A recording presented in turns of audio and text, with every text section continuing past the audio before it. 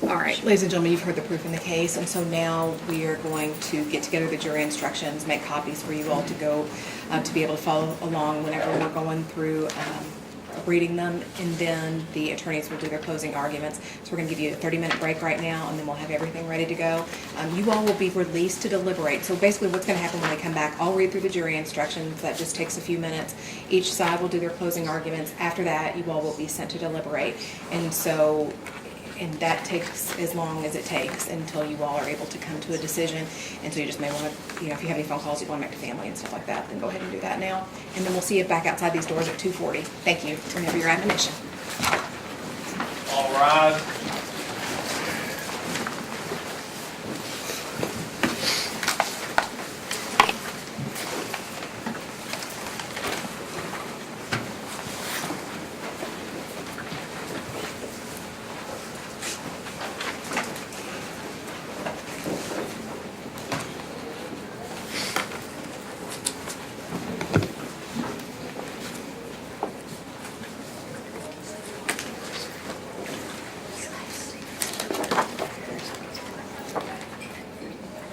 Thank you. You can be seated. Right. I've had the opportunity to kind of briefly look over the defense proposed jury instructions as well as the Commonwealth's, and it looks like everybody's in agreement that there will be an instruction to the, I understand the defense we will object to objects giving to of any instructions, yes. Yes.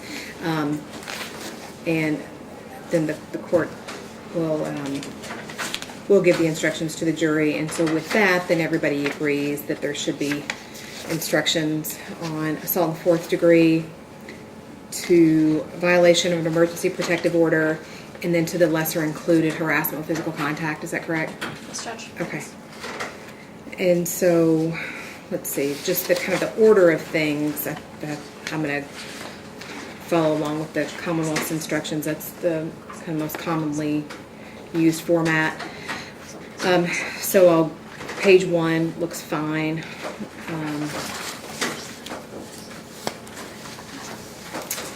Except I think it should read, let's see. I think between 2 and 3 should have, instead of and, should be and or. I agree. Okay. Oh, it should be and or, I think. Yeah. Now that you say that. Yeah. Sorry about that. That's okay. So 1 or 2, and then and or 3. Instruction number 1 is. And Your Honor, for the record, we do request that the jury instructions be given as they are presented in our motion. Exactly, and we are not agreeing to anything other than Sure. the way they're presented. Yeah, and I understand. I think the way I more commonly see it and the way the format's laid out in Cooper's is to go along with the Commonwealth's instructions. That's the order in which I'm going to put everything. So under the instruction regarding assault in the fourth degree, so looking at them side by side, I see the Commonwealth's instruction says assault in the fourth degree, domestic violence, minor injury, and the defense instruction just says fourth degree assault. So, Ms. Borders, do you want to talk about that? Yes, Judge, it would be our motion to have fourth degree domestic violence, minor injury. It's an enhanceable offense for the statute, and so I think that would be what we are asking them to find him guilty of. And that's the way he's charged? Yes. Okay.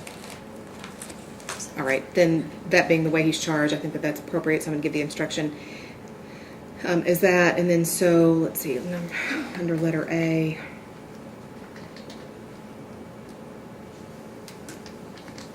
Those look pretty similar. Okay, and so it looks like really the only big difference here is that the defense is asking for a self-protection instruction. Yes. And so I'm satisfied that instruction number 1 under the Commonwealth's instruction looks fine. I'm going to keep all that. The question is whether to add a self-protection instruction. Your Honor, Ms. Mudd. specifically, I would object to the element of wanton. I took this particular jury instruction out of. We took out one. Yeah, let's see one. Do you have the old? You might be looking at the old. I have Oh, let's keep This is the one, this doesn't have any writing on it, I assume this was the new one. Oh, I'm sorry. I just have one that says was acting intentionally. Okay, I have or wantonly on Oh, mine, so okay. I think I have the Commonwealth's incorrect. Okay. Oh, wait, maybe this is the one that's written, no, I wrote that. Did you save your energy for something else? No, it was, I was right about what I said, I just thought I was wrong. Okay, okay, let me. You're fine. So do you want to just, so there's not, wantonly is not in here. Do you want to go ahead and argue then why there should be a self-protection instruction? Yes, Your Honor, I think that there was clear testimony from Mr. Clack that Ms. Patrick was attempting to pull the TV over onto him and onto her and or onto herself. The jury can choose to believe that or not to believe that, but if it was the case that that's true, I think it warrants a self-protection instruction. I think that anything and everything that could be supported by any evidence that was presented, including testimony of Mr. Clack, is permitted to go to the jury and let them make the decision about whether or not that was self-protection. Okay, Ms. Borders. And Judge, just based on the defendant's testimony, I didn't hear anything that would justify a self-protection instruction. He did state at some point that the victim may have been rocking the TV. I don't think that that is sufficient for the actions that then took place afterwards. I just don't think that justifies a self-protection instruction at all. And I asked him specifically, and in various different ways, whether he was afraid that she was going to pull the TV over onto him, and he testified also and that he was picking up, or he testified that she was picking up the TV, that she was rocking the TV, that he was standing there, that the TV was going to fall. Obviously, this was done in response to behavior that he was going and getting the cable box, and she was trying to prevent that from happening, but she was angry and trying to pull the television over onto him, and that was his testimony. So I think that if in fact she was trying to pull the television over onto him, which was a huge television by testimony presented, that would definitely cause some injury to Mr. Clack had that television been pulled onto him. And so I do think that there is justification for a self-defense, self-protection instruction in this case. Yeah, I mean, obviously it's necessary for a defendant to testify in order to get a self-protection instruction in most cases, and he did here, and he did indicate that that was the reason for his actions, and so I think a self-protection instruction is appropriate, and so I'll grant the motion. But let me take a look at what your self-protection instruction looks like. What number is it? Well, it's incorporated into fourth degree assault instruction, so it's letter B in that. And in so doing, who's not privileged to act in self-protection. And again, this is straight from Cooper's. So. Where is the, is there a definition? No, there should be, but there's not. I can't come up Judge, with if that. we're giving an instruction, this is There's a whole incomplete. Say it again. This is incomplete. Yeah, there's a whole separate self-protection instruction. Yeah.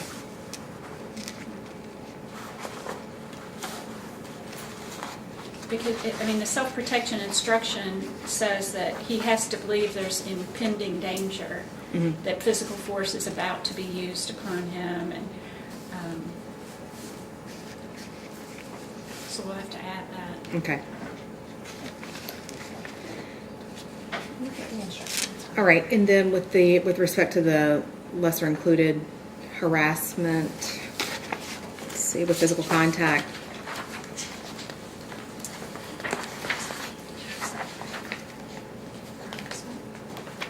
I think those look pretty much identical, so I'm going to go along with the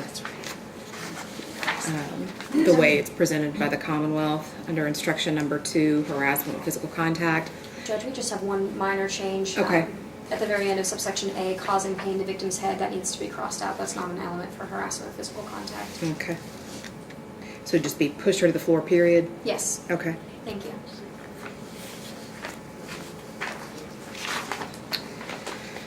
All right. Then instruction number 3, violation of a Kentucky protective order.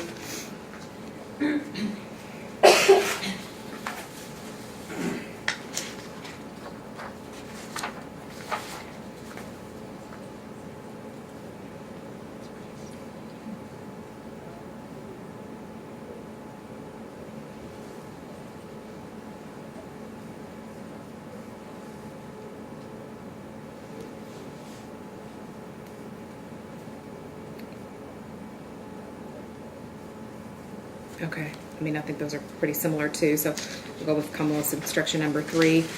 Definitions, let's see, Ms. Mudd, you've got definitions for physical injury and intentionally, it looks like they're the same, so under Commonwealth's instruction 4, that looks fine.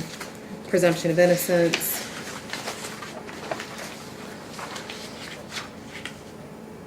Okay, that's the same, except it just didn't have Mr. Clack's name in it, so instruction number 5 is fine. Unanimous verdict.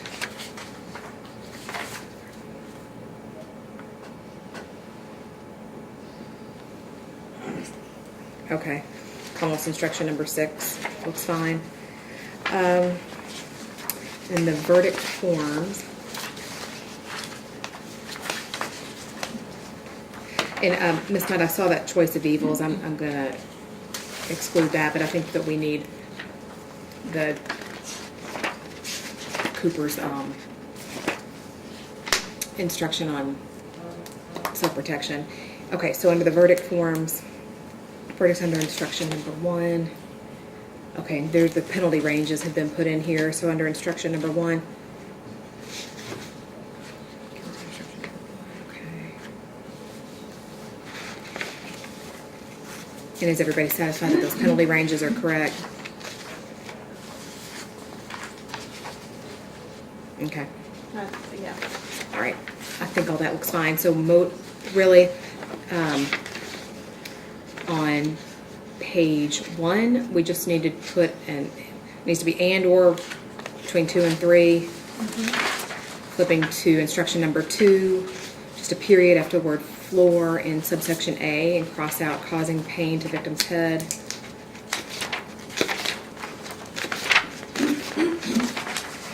And then if you'll just add the self-protection instruction, is there any wording in there that we need to discuss before you? Do you want us to add that as instruction number 1A? I think that's I think that makes sense. I can, if you don't mind, we could approach the bench with the Coopers. Sure.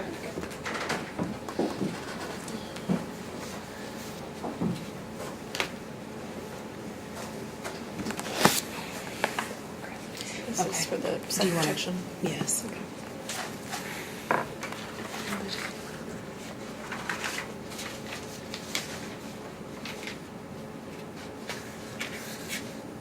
Now, is this instead of incorporating it into the assault for? you It's do both. In Okay. addition to.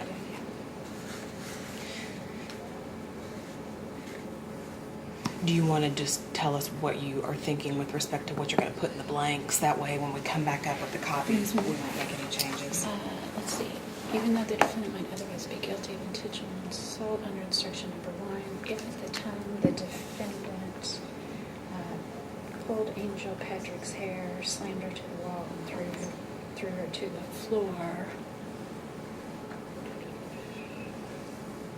he believed that Angel Patrick was then and there about to use physical force upon him. He was privileged to use such physical force against Angel Patrick as he believed to be necessary in order to protect himself against it.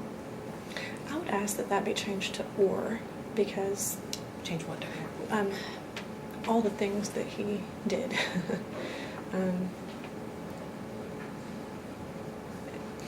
Because it almost makes it Elsewhere, sound it's in like here as and. it is, Well- and there is and the reason why I think maybe or is more appropriate here is just because it almost makes it sound as if they've decided all of those things happened. It's almost suggestive of, Well, if they don't not all of those things had to have happened. all of those things have to have happened for them to find him guilty under assault 4. So or they don't you could- even move to this. Yeah, Yeah. or you could put or in here under instruction number 1. I mean, you have it under assault as and, but then you have it under harassment as or. Oh, that's a mistake. Ah, I see. That's a mistake. Yeah. We can just do and everywhere, I guess, that makes sense. Okay. Okay, so then, under harassment, are you changing that to and? Yes. Okay. All right. If everybody's on the same page, then that's fine. Okay. With that and, I'd still like to argue the choice of evils. Okay, you want to say something else about that? Your Honor, it's my understanding that the court's chosen not to adopt the defense's choice of evils instruction, and even though I know we're preserved with the filing of the motion, we would ask for a choice of evils. I think it's appropriate. What it reads is that if at the time that he engaged in this activity, he believed that that action was necessary to avoid injury to himself or to this other person, and that if he believed he had no reasonable, viable alternative to avoid that injury, and this is just the Cooper's instruction, he was then privileged to take such action as he believed necessary to protect himself or Miss Patrick from injury due to the television being toppled over on top of them. It further says that, however, if he brought the situation upon himself, then that's not an available defense. So I do think that it does fit the circumstances here, and it fits Mr. Clack's testimony in particular, in that, he's basically testified that he felt he had a choice. He didn't want to touch her. He was trying to avoid her all day, and then when she starts toppling the television over on top of him, he was just trying to figure out how to move her without hurting her, and that's what he came up with, on the spot in that instance. So I do think it's an appropriate. I do think it's an appropriate instruction in this case. I would.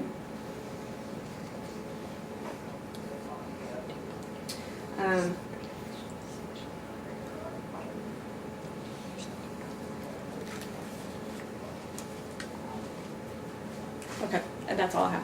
Thank you.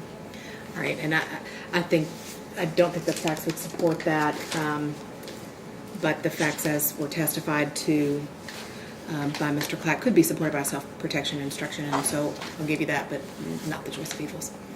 Okay, let's take a break now to go make those corrections, make some copies, and so let's see if we need one for Ms. Porter.